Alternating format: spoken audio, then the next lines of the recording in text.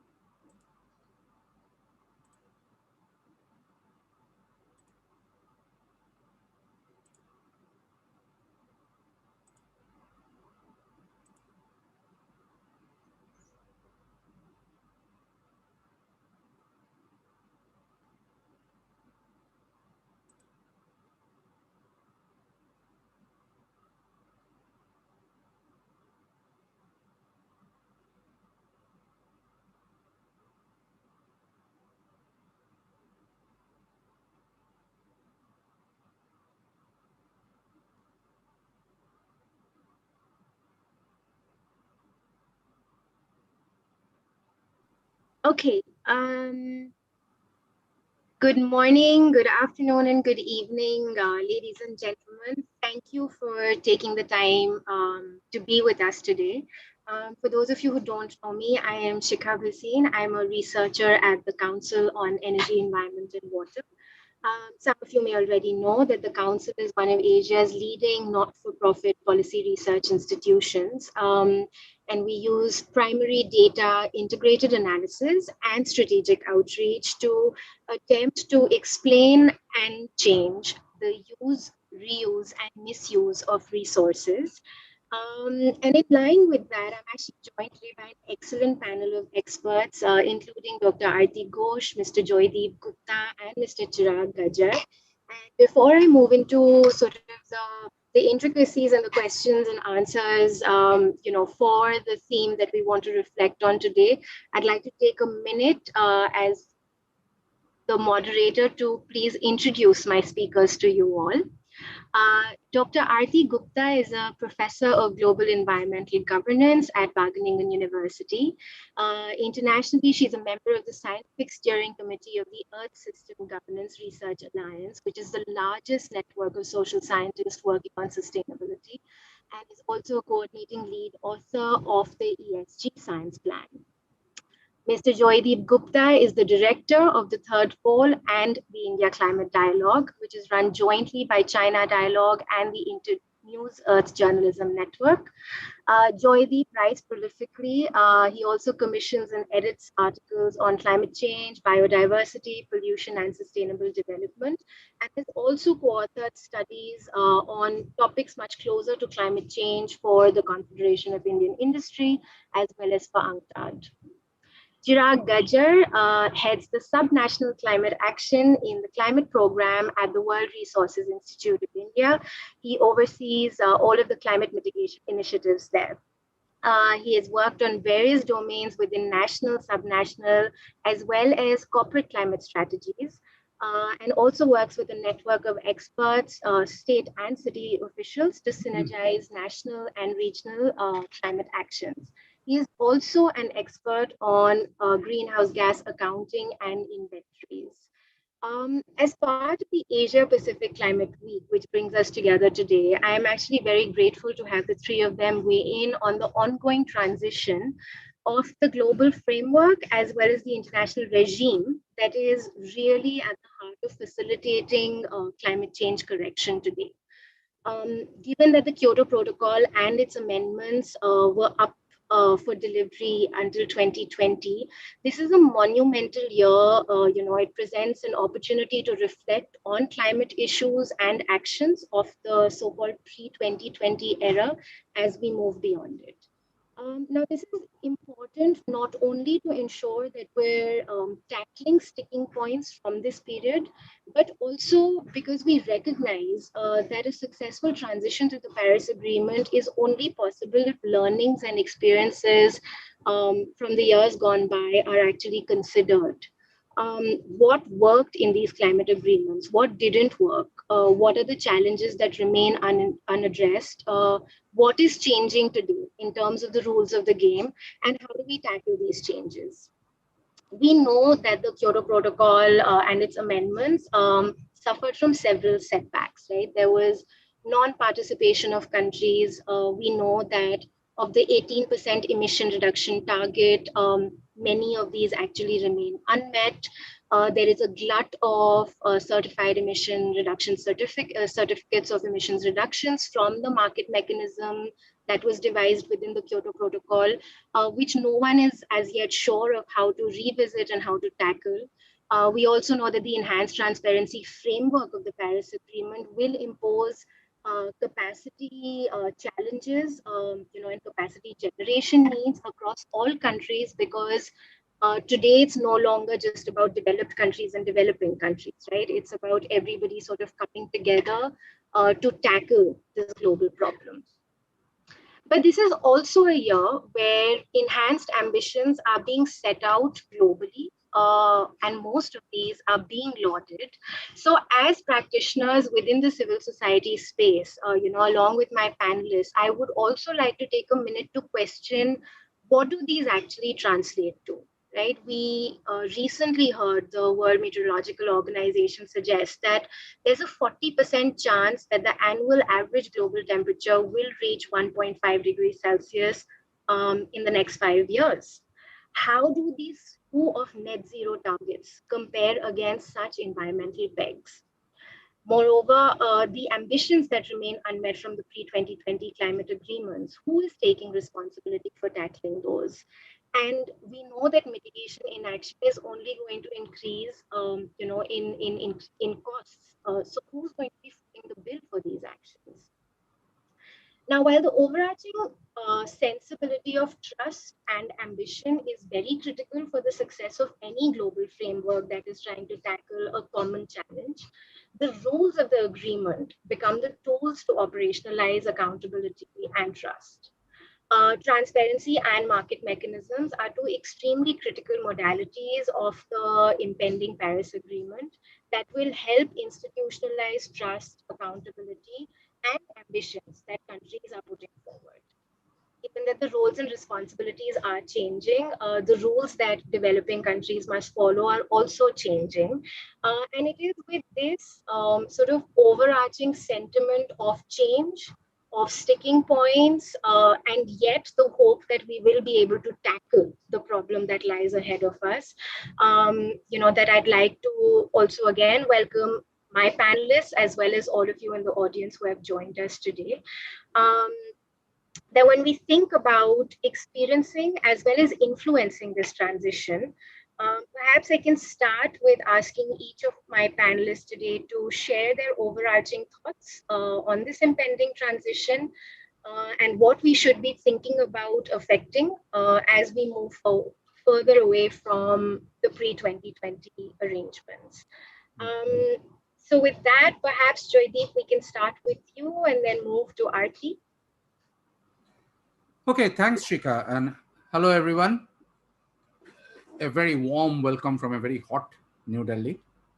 In this, although not half as hot as the American West Coast was very recently. Now, the very topic of today's webinar is a monument to our failure. The very fact that we have to talk about pre-2020 commitments in 2021 shows that we haven't, as a global community, managed to do what we should have done, or even a part of what we should have done. And this has implications in the post-2020 regime, because the big difference between the pre and post-2020 regime is that in the pre-2020 regime, all developing country commitments were voluntary, and all developed country commitments for those who agreed to be part of the Kyoto Protocol and stayed in were mandatory. Whereas in the post-2020 regime, there is mandatory commitment from everybody who has signed up to the Paris Agreement, and that's just about everybody. Now, to what extent will this be met depends almost totally on two things. One is how much trust do countries have in one another, given the history of what has happened in the pre-2020 situation. That is the one question that we have to answer. And the second question we have to answer is, if we even somehow manage to convince all countries to forget about pre-2020, that it's all in the past, and then the post-2020 situation, we must all pull together or all sync together, then where's the money? So in the post-2020 regime, the finance is going to be the big question. It's not that the finance is not available. It's not that the finance cannot be found. It's just that it's not being channeled into looking at mitigation, adaptation, and definitely not loss and damage. So let's look at pre-2020 situation first to see why we have these two essential problems here. Why do we have this lack of trust between governments of 195 countries? We have it for the simple reason that there is not a single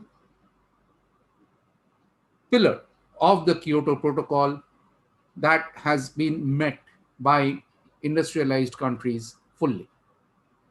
Some countries have met some of the pillars, some of their mandatory commitments, but there is not a single country which has met all their commitments.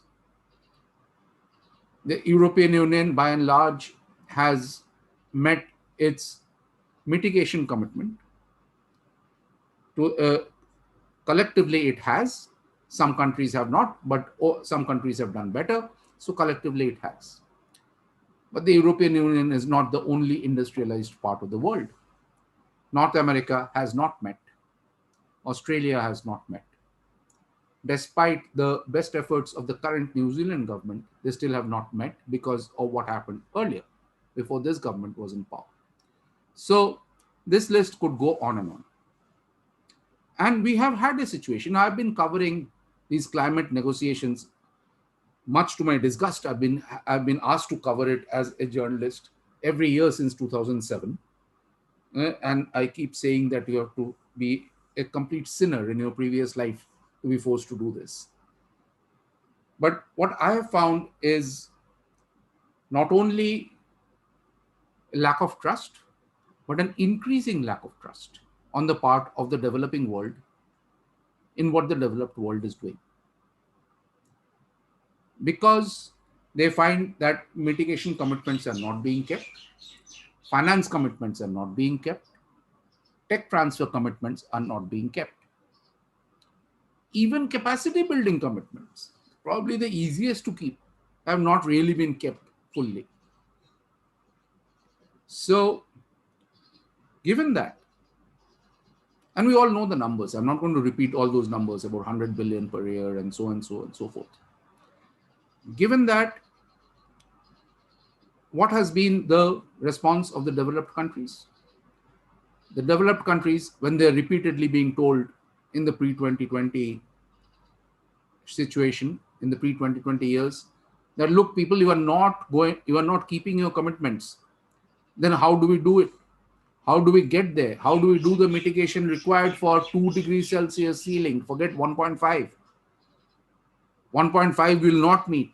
How do we at least meet 2? The response has been repeated attempts to split the developing country into warring blocks and then get them to fight one another. Get the LDCs to fight the larger developing countries, get the AOCs to fight some African group, get the African group to fight the Latin American group, And this game goes on and on and on. And the result of this is an overall lack of trust, which actually I think came to a head in the 2018 COP in Katowice, when Brazil raised the issue of the CER, the certified emission reductions. Hmm? It has still not been resolved. So you had a situation where developing countries were not mandated to do anything. They were voluntarily supposed to do anything and to get paid for it. So some countries did some things. Some countries like India and China made a lot of money out of it. And those who did not sell are now finding it so much scrap paper. So how do you expect developing countries to trust that a post-2020 situation will be more equitous and at the same time more efficient in tackling climate change? Because I think now, and this is another important point here, is that there is very little climate skepticism left in developing countries. Whatever climate skepticism is there today is in industrialized countries. It's gone down massively there as well. But it is, for many years now, there is very, very little skepticism left in developing countries. People in developing countries, especially governments and people in countries between the tropics of Cancer and the Tropic of Capricorn, are perfectly aware that things are not how they used to be. Many illiterate farmers may not be able to use the phrase climate change, but what they tell you comes down to that. So I think there is no doubt that national action is an absolute must. And this mistrust in the international regime takes away from national action, which is a must, which is because then it allows people who believe in business as usual to say, oh, those guys are not doing anything, why should we do? Where will we find the money from? And that affects mitigation, adaptation options that developing countries need to undertake immediately. So, in order to have a meaningful transition from this absolute mess of a pre-2020 situation to a more effective post-2020 situation, there is actually, I think, only one way to go to rebuild that trust. And that is to provide finance to all developing countries. All developing countries need finance. Not all developing countries need tech transfer and capacity building to the same extent, because there are over 140 developing countries in the world. They're at various stages of development. So for when it comes to capacity building, when it comes to tech transfer, one can definitely and should concentrate on LDCs, on other countries that need it. But every developing country needs finance to do it. And I accept, I agree that this money is not going to come from governments, is not going to come from public funds. So to me, the only way out actually is to move the financial markets in a slightly Keynesian direction. I think I'll stop here and wait for the fellow panelists. Joydeep, I think we can come to you next on your sort of overarching thoughts on the transition that we're all experiencing. Okay, thank you very much, Shikha, and thanks for this invitation. Very happy to be here. And I like the title and the focus of this session, which is, of course, about transitioning from the pre-2020 to the post-2020 and how this transition could help to realize ambition, trust, and accountability. And I think it's really important, as you are doing, to focus on the pre-2020 as well, as Joydeep was also saying, because increasingly right now there is a lot of focus on where do we need to go, where do we need to get to in 2050, etc., net zero targets and long-term climate strategies. But of course, we need to consider, where we've been and what has happened at this, up to this moment, before we can focus totally on, we take this moment as a given and we say, where do we need to go? So I think looking at pre-2020 is absolutely crucial, and to draw lessons from that. And so, of course, the questions we need to ask about the pre-2020 phase is what kind of ambition was realized, what kind of accountability and trust was generated, and what sort of mechanisms were used to do that. And I think it is, as Joydeep was also saying, well, clearly ambition, trust, accountability, there are significant deficits. And one of the key mechanisms that you asked me to speak about in terms of realizing at least trust, accountability, and indirectly then ambition is the transparency framework.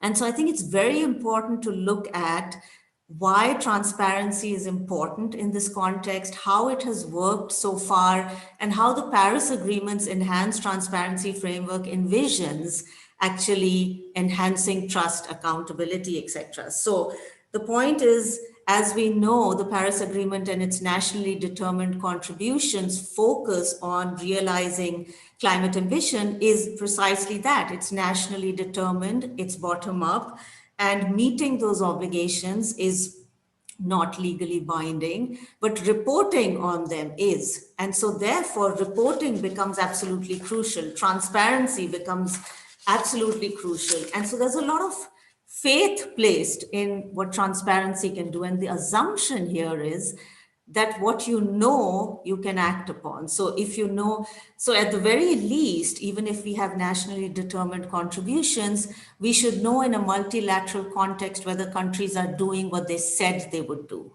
And therefore, that will per se, by definition, enhance trust and sort of engender mutual trust that everyone's doing what they said they would do, and enhance accountability. But the question is, has transparency actually been able to live up to this promise? And I think that this is very widely assumed in the scholarly literature, in the policy process, and you see that with the fact that there is an enhanced transparency framework now in the Paris Agreement. So an ever-growing, ever-expanding transparency infrastructure with greater scope and in requiring transparency on a larger number of topics from a larger number of countries, essentially everyone, transparency framework applicable to all. But there's actually been little empirical assessment of the extent to which transparency actually does enhance accountability or trust. And trust in what? Trust in conduct, trust in the information, or accountability. Whose accountability to whom, for what? If you unpack these relationships, it becomes actually crucial to unpack these relationships in order to actually see whether all of the faith placed in an enhanced transparency framework will actually generate trust, accountability, and ambition. And then the questions become, of course, what is it that's actually being made visible through the transparency agreements? And if we look at the pre-2020 context, we can talk about how there's been a change to the post-2020. And essentially, the pre-2020, what's crucial about that is that it's a differentiated transparency arrangement. So Annex 1, developed countries have greater transparency obligations than developing countries, non-Annex 1. And the Paris Agreement is going to transition to getting rid, to a large extent, of this differentiation. So transparency obligations that are applicable to all countries with some important flexibilities built in, but flexibilities based on capacities to report. So I think that's one crucial question is, in terms of the differentiation, what flexibility will consist of, how it will be used, etc. But just staying with the pre-2020 arrangements, the bifurcated transparency arrangements, one can talk about how what is the scope of those transparency arrangements? They call for countries to make visible what they're doing on mitigation, but to much lesser extent, adaptation and finance. And those scope elements are changing. So there's going to be more focus in the enhanced transparency arrangement on transparency relating not only to mitigation, to greenhouse gas inventories and mitigation, but also to adaptation. Even if it remains voluntary, it's still something that countries are now encouraged to report on. And also support becomes much more important, reporting on support. And we can come back to what concretely that means. But I want to just point to a sort of a larger political question around transparency. In my capacity, I should say also as a researcher, so I'm not coming from looking at this in the context of research and assessment of, what exactly is this, has transparency delivered? And that is another type of scope question, not just mitigation, adaptation, finance, loss and damage, very crucial questions about what is being made transparent, but also is actually the transparency framework of the Paris Agreement or the UNFCCC in general, making visible how ambitious and how fair country contributions are or obligations or climate actions. But that kind of visibility, which would actually make for transformative transparency, is sort of off the table.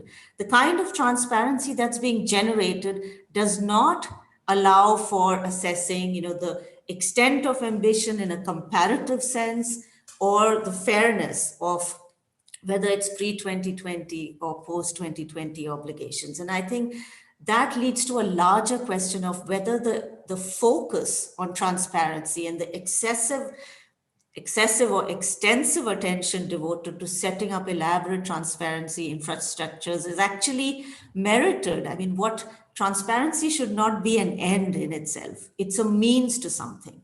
And if it's a means to ultimately enhancing trust, accountability, and ambition, then it becomes very important where the burden of transparency for what is placed. And if we are now talking about ever more fine-grained greenhouse gas inventories from low-emission countries, from developing countries, and that's where the burden of transparency shifts and the focus shifts, then that's something we need to think about. To what extent. So those are some of the pre-2020 questions coming out of how existing arrangements have worked.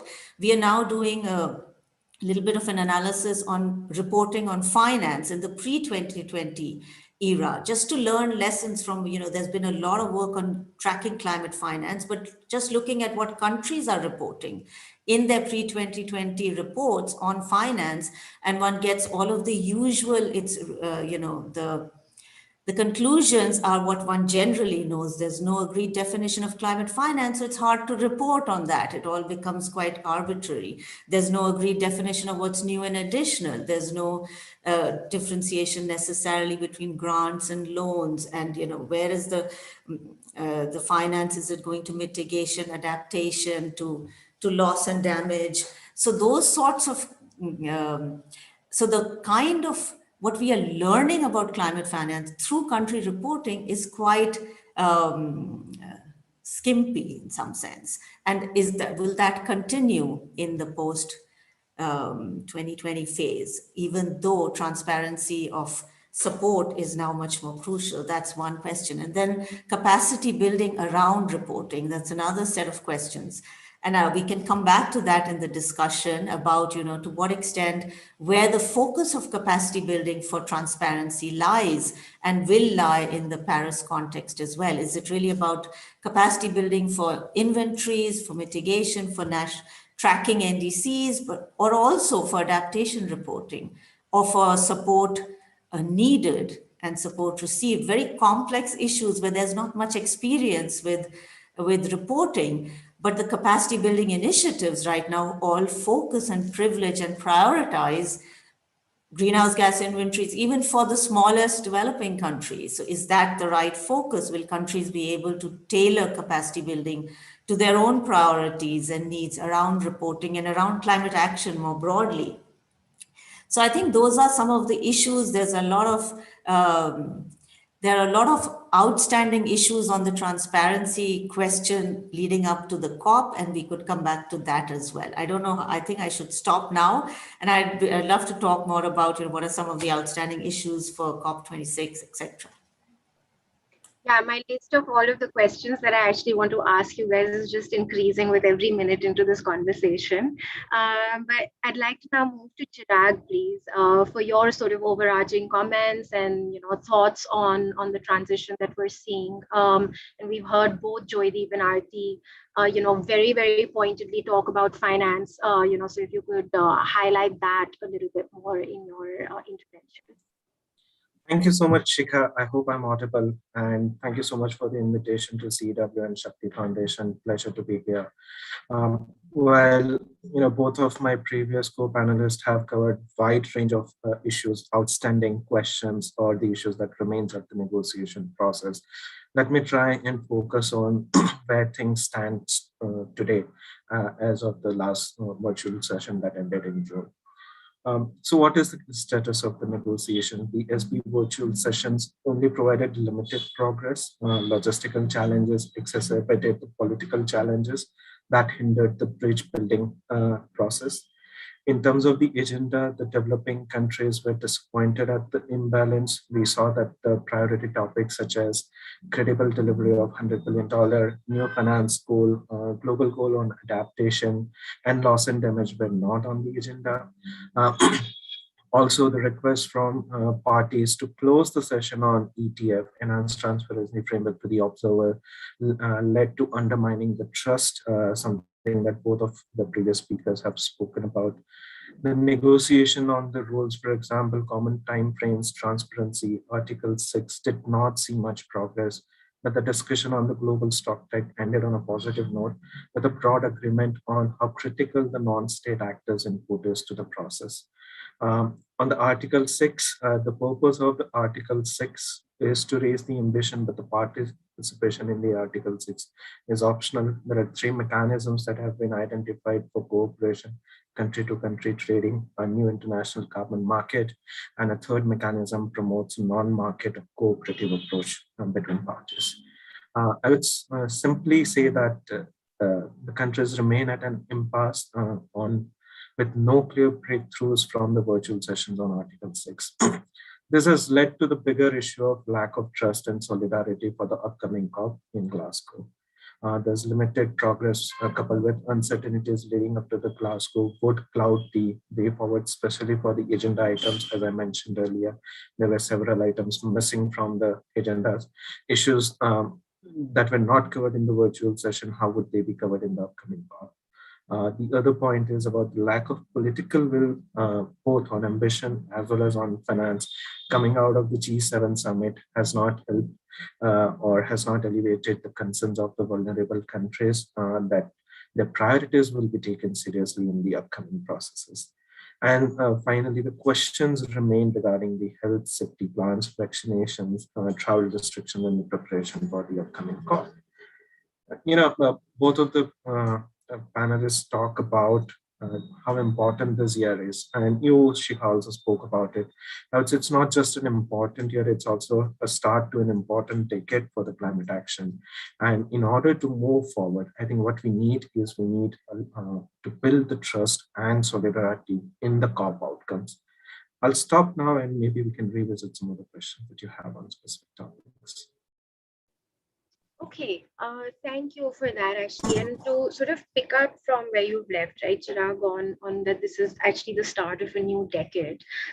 We've been running the numbers, and I know that everybody is very well aware of the fact that the 18% that was committed under the Kyoto and Doha amendments to the Kyoto Protocol very loosely lands at a 12 to 14 bracket, right, of the emissions reductions that have been made. We know that commitments in finance have not been met, and whether you want to hide behind definitional issues or public-private sort of sensibilities, we know that the starting point for all of those has failed, essentially. So I want to come back to all of the panelists to get a sense from each of you on how do we start solving for some of these, right? We know that net zero ambitions are being put out, but very few of them, actually none of them, are taking into account, the excessive carbon budget that they have already utilized. So they are not trying to solve for what they missed solving for in the pre-2020 era. They are just putting out new ambitions. Furthermore, um, the pressure on all developing countries to report on their ambitions is mounting. So it's almost like everybody wants to announce new ambition, and everybody wants to put out more pressure on how do you report towards these ambitions. Um, Except that that failed the last time around. So are you seeing nuances, within this new sort of development of the Paris Agreement rule book, or have reason to believe that it will actually be a little bit more different this time in terms of the success that we want to see? Perhaps I can start again with Joydeep and then move to Aarti.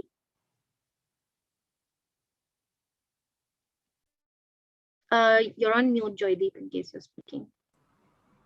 Sorry. Yeah. So let me respond to that new buzz phrase that you talked about, net zero.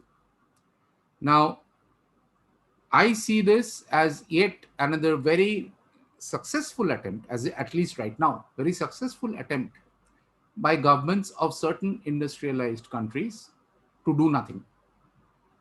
Essentially, to kick the goal post into the future, knowing very well that they will not be held accountable to on what is going to happen in 2050 or 2060.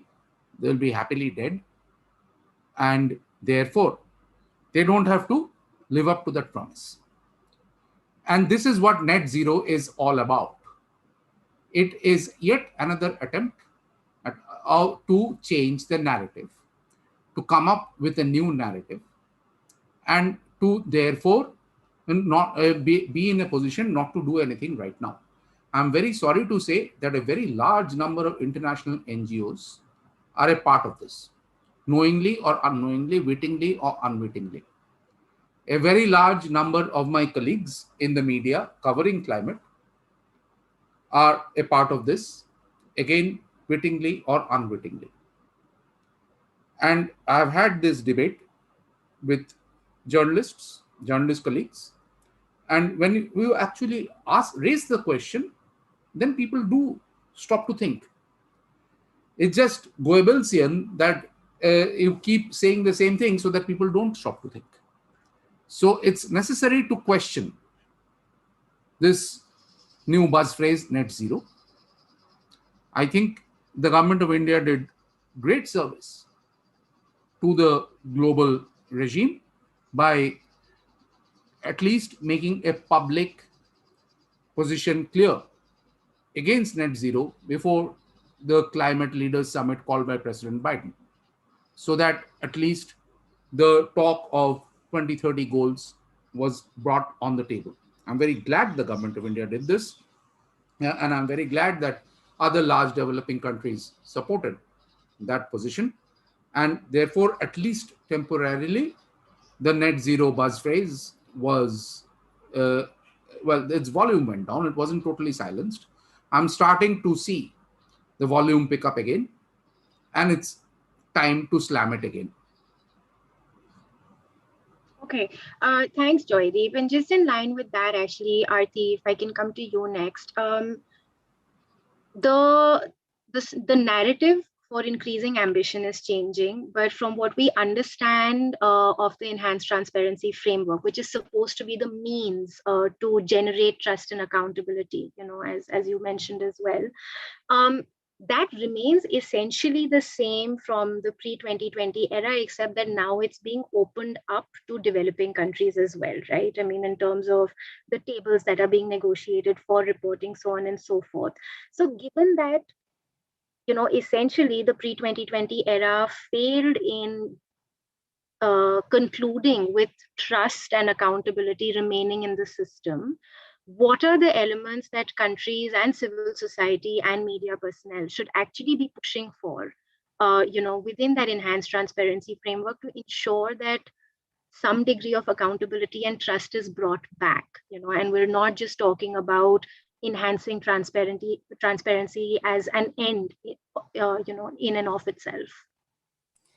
Yeah, no, those are very good questions, Shikha. And those are the questions, of course. And as you say, uh, transparency is seen as a crucial means to, accountability, trust, and even ambition. But what the kind of research we've been doing on the pre-2020 arrangements, we asked this question actually, whether we do have that relationship upside down in a sense. So the idea that greater transparency will fuel ambition because that facilitates a process of mutual trust building, etc., and will allow for everyone to take enhanced actions. We ask the question whether in fact it's rather increased ambition that facilitates greater transparency in practice. So it's not really, so, if you are more ambitious, you're more likely to be transparent about it. And the idea that you're going to use transparency as a vehicle to push for ambition raises the question of whether in fact that transparency is rather a distraction from the fact that there isn't ambitious action forthcoming. And so it's more about let's report rather than act, in a sense. And if that's going to then be extended to developing countries, then that raises these kinds of questions in the post-2020 era, is about where the burden is shifting to developing countries writ large. And I completely agree with Joydeep. And generally, it's very hard to speak about developing countries as a block anymore. I mean, there are all kinds of different, priorities, capacities, etc. So, but I think that's the thing to focus on, as Chirag was saying. The SB sessions revealed quite some things. All the transparency discussions were the only ones to be closed. There was no, of course, formal decision making, but what became clear is there's going to be lots of fighting about common reporting formats, etc. And in some sense, that seems like a very technical issue, but it is not. Of course, it's very political, and questions of scope and who has to report on what come back in deciding these common reporting formats, etc. So for Annex 1, of course, it's much more about getting more detailed greenhouse gas inventories from countries that have, from developing countries. For developing countries, priorities, getting more detail on finance. And then there's a whole question of adaptation reporting. Yes, it's now part of the post-2020 framework. Even if it's voluntary, at least it's there. But there is a question about, in whose interest is it really to report on adaptation? Does it bring more attention to adaptation? Does it show you're doing more? Might it reveal you're not doing enough? Is there support for reporting on adaptation, capacity building support? So those are, I think, to address your question, Shikha, where could one, I think the point is that there is some built-in flexibility for developing countries to use in how they will report, how they will engage in the enhanced transparency framework. And I think it's crucial to leverage that flexibility to ensure that you're actually using the transparency framework to realize domestic priorities and larger ends. So I think there are different goals to be realized from the transparency framework. Internationally, it should be about comparability of effort, particularly Annex 1 effort. And that's that. If we can get there, and that's effort not just on NDC's mitigation, but also on support. At least the one thing that is changing is that support provided will be assessed in this facilitative multilateral assessment, which is the final stage of the transparency arrangements, where countries can ask questions to each other. Of course, it's facilitative, it's non-intrusive, it's non-punitive, and so all of those caveats around international verification, what used to be called international verification of domestic actions, which was very, very contested, is now there as part of the transparency arrangements, but very facilitative. And what used to be very facilitative for non-Annex 1 in the pre-2020 phase is now becoming very facilitative for everyone. So the multilateral assessment has now become the facilitative multilateral assessment for all. But at the very least, you're supposed to answer to the support question. Now, whether that will allow for this process to have more teeth remains to be seen, of course, but that's one aspect. And then I think capacity building, there are many, many capacity building initiatives. The one thing about there is the CBIT, the Capacity Building for Transparency, which is meant to assist countries to develop their reports. And there, of course, what we see, we've done some research on how this capacity building initiatives are working, what are they actually helping countries to report on. And it really does privilege the mandatory reporting requirements, which is, of course, logical in some sense, but it's about enhancing, reporting on greenhouse gas inventories and not about certain other things that might be priorities. So if in the post-2020 phase, there can be some possibility for countries to set their own agenda, but that's not necessary. There's not necessarily much hope that that will be the case, because at the moment we're saying that really it's the mandatory obligations which really focus on certain internationally determined priorities that get privileged. But I can stop there and allow Chirag to say something as well. Really interesting points that you've raised. And sorry, Chirag, just before I move to you, I've been a terrible moderator and not actually invited our audience members to please submit any questions or remarks that they have in the chat box feature of this platform. So please feel free to pose your questions and remarks, and I'll pick them up for sure. Chirag, turning to you actually on a point that Aarti made about support, right? And that's the point really there. When we think about moving beyond pre-2020 into the Paris Agreement. Now, one of the mechanisms for support was also envisaged to be this, the clean development mechanism, right? It was meant to be a tool that allowed for support to flow between developed and developing countries. And we know that the fate has been quite unfortunate till date, right? In fact, we are left with an oversupply of CERs as we speak today, and nobody is really very sure of what happens to this and how that will impact Article 6 or the market mechanism within the Paris Agreement. So if you could actually take a few minutes to share with the audience, this transition story, where we're at and what are some of the hopes and challenges there, that would be great. Sure, thank you, Shikha. Let me start with the CDM. I've personally worked on CDM projects for nearly 8 or 9 years with various project developers in India and abroad. Where do the CERs demand come from? They had very diversified demand. One was the voluntary demand from the corporates who were looking for carbon neutrality or offsets. And in certain cases, there were international events such as FIFA World Cup that was held in Brazil, which also looked at neutralizing their emissions. So this is where the voluntary demand had come up. Then the major demand which came from was the compliance demand in form of the industrialized countries, such as, for example, EU ETS, or in certain cases, there were carbon tax which were introduced in countries like South Africa, who also created a compliance demand for the CERs. Now, traditionally, EU ETS has been the largest source of the demand for the CERs.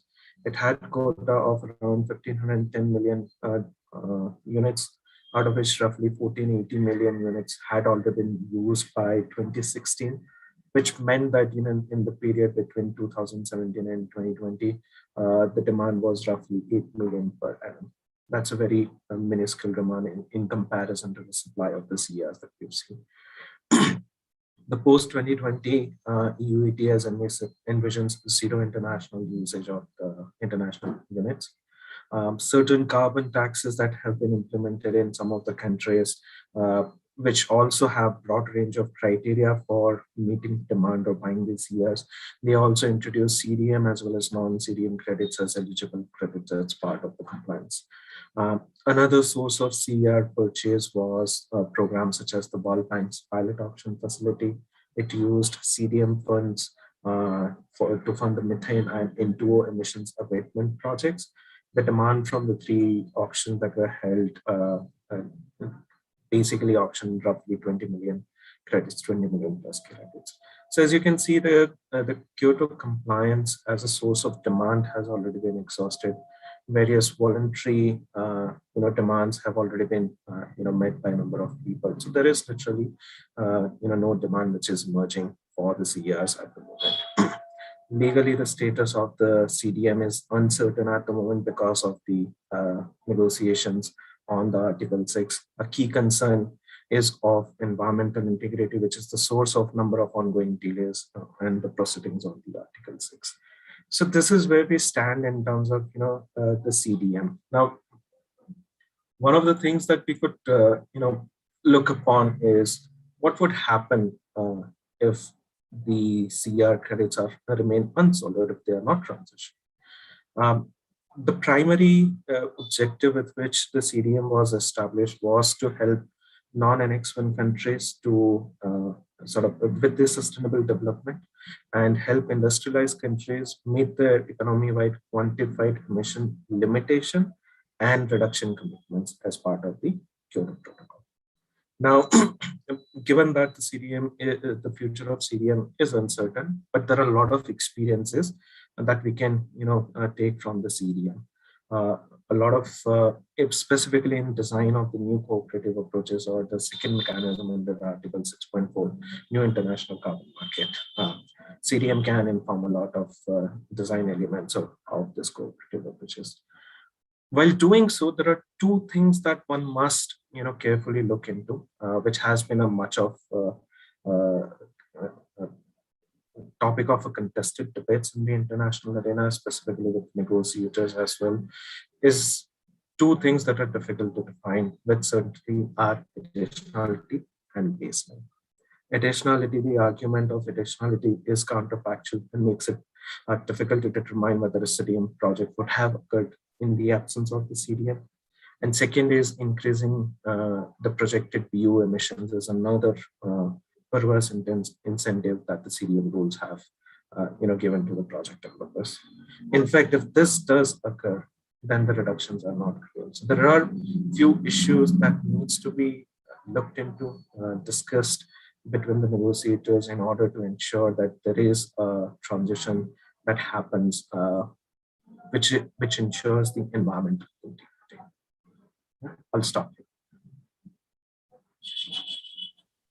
Okay, thank you, Chirag. I see that we have a couple of questions that have come in to us, and both actually are relating to, this gamut of pre-2020 actions and ambitions that have remained unfulfilled, right? So the questions relate much more to do with, what is the way out?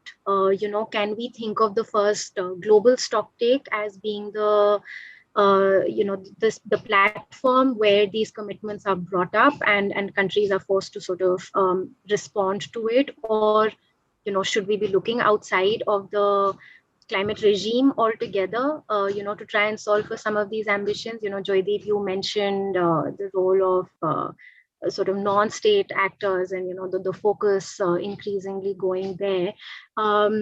What are your thoughts and hopes really when we think about the fact that COP26 is now less than 5 months away? Where are we at given the impasse that the ministerial meetings have had, in this big year of ambition? Where should we really be going, and sort of taking our insights to? Okay, look, the UK presidency has called another ministerial meeting this month in July. Our ministers of all the national blocs have been invited. And that is because the UK presidency now realizes very clearly that the way things are going, and as Chirag explained in detail, the way things have gone in the mid-COP, this is going to be another fiasco of a COP. The way, if it continues like this, so they are worried enough to now start asking everybody to pull together. So to some extent, I suppose for diplomatic reasons, governments will pull together. They will probably not be bad-mouthing one another to the extent they otherwise would.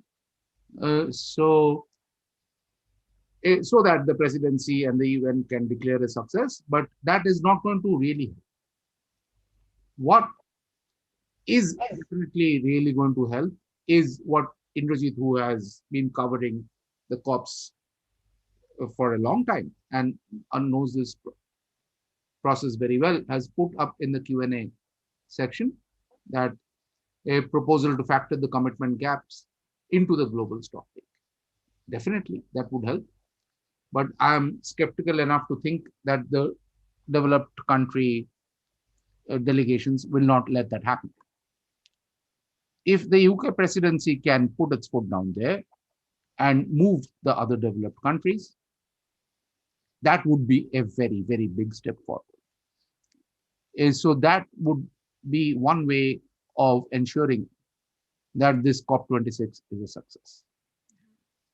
The other question that Aishwarya has put is again an extremely important question.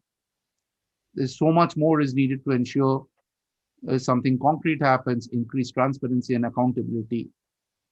And as Aarti pointed out, transparency and accountability on what count, from whom, who is being asked to be transparent and accountable for what. So COP after COP after COP, we see that the moment a small developing country somewhere stands up and says, hey, you guys haven't given us the money that you promised to give us, some 20 country delegations stand up together and say, so where is your last biannual update report? And that one poor delegate is sort of browbeaten to say nothing. And this is not a fantasy. We have all seen this. So the only way out is for developing countries to actually get their act together and not get split into blocks, which is what the industrialized countries would like them to get split into. And that's the only way that they can ensure increased transparency and accountability of the things that really matter today, which is finance. The big question that we need a transparency on, accountability on, is how much money. As Shikha, you pointed out right at the beginning, there is the stock and there is the flow of carbon emission in the atmosphere. And so it has been part of the very successful negotiating tactics over the years of industrialized countries to take the focus away from the stock and move the focus into the flow, so that the primary responsibility of developed countries is kept in the background. So when you talk transparency, when you talk accountability, you cannot ignore those. However, for practical reasons, what I say is that there is no point in continuing in an adversarial relationship. It's not going to get us anywhere. What will hopefully get us somewhere is more transparency and accountability on issues like finance and tech transfer. And for many, not India, but for many countries, developing countries, capacity building. So more accountability on those counts would be a major way forward. Definitely more money for adaptation would be a major way forward. I know that NGOs would like to have more money for the loss and damage kitty. I'm skeptical enough to think that will be blocked again. So if that is blocked again on loss and damage, then at least if there is more money for adaptation, then a national government can move some of the money into loss and damage. Sure. Thank you for that, Joydeep. We are 1 minute to close, and I hope it's okay with Chirag that I will give the final word to Aarti to wrap this up for us, please. Okay, thank you, Shikha. Maybe I can take 30 seconds and Chirag can have 30 seconds. Well, there's so much more that could be said, but I think on the key question of, I think multilateralism in the UNFCCC is absolutely central, absolutely, so there is no other sort of game in town. We could have all kinds of voluntary non-state actor initiatives, and everybody needs to engage, no doubt about it. We need all hands on deck. But the impetus has to come from and the stringent, ambitious action on climate, if it were ever to materialize, will materialize top down, I think. And if there's a strong signal coming from a multilateral context like the UNFCCC, that is what will ultimately get us. But of course, we're struggling with that for, a sufficient Decades. number of decades. Yes. So, yeah. But Chirag, maybe over to you. Thank you so much, Aarti. No, I completely agree with both the panelists. I think the major industrialized economies need to show credible efforts to demonstrate on the ground implementation, close the ambition gap, and also put forward more pledges to get us closer to the credible delivery of the $100 billion goal. And the UK presidency must ensure that the agenda in the Glasgow will be balanced and advance all the critical issues through consultations with the heads of the delegation and ministers, delegation. They must also include negotiators through the technical workshops. Continuously engagement and consultation through the technical workshops of the negotiators will be paramount. And one last simple align with this is WRI, along with several other think tanks, have come up with this initiative called Act 2025 that aims to build trust and solidarity in the outcomes of the COP processes. There are think tanks and experts from developing countries working collaboratively to build that shared prosperity narrative, specifically to achieve the just outcomes at the COP26. I'll stop here. Thank you. Great. Thank you all so much. And I would like to sort of nudge each of my panelists, as well as those of us in the audience today, to sort of highlight also that, as we move forward, and I think whoever is attending this session obviously does have faith in multilateralism, right? That's why we're actually in this conversation.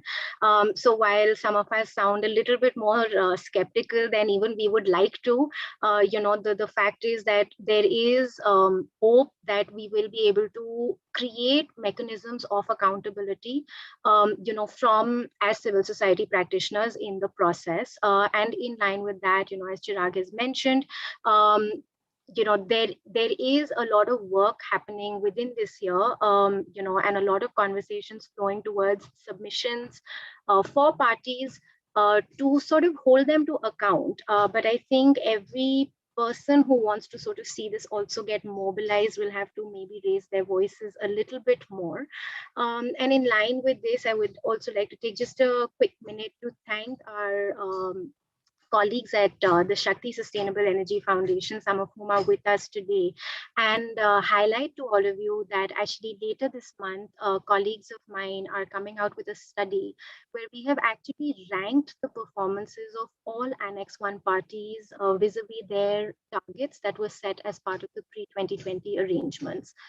So we've shed light on, who's actually done what, who sort of hid behind LULUCF and other accounting loopholes, who has actually taken the extra CERs that they had or CDM financing that they had and generously donated it towards capacity building and other adaptation efforts in developing countries.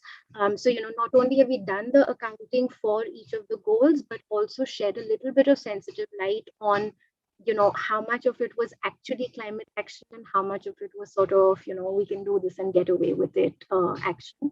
And so that's on the 28th. So if you're interested, please, go onto our website. You'll see the details come live shortly. And with that, I would like to close this session. Thank you all again for attending and joining us. And a big thank you to all of my panelists for taking us through a very, very extensive range of issue areas that really everybody needs to pay a little bit more attention to if we actually do want to solve for the climate crisis at hand. Thanks a lot, everyone. Thank you. Bye.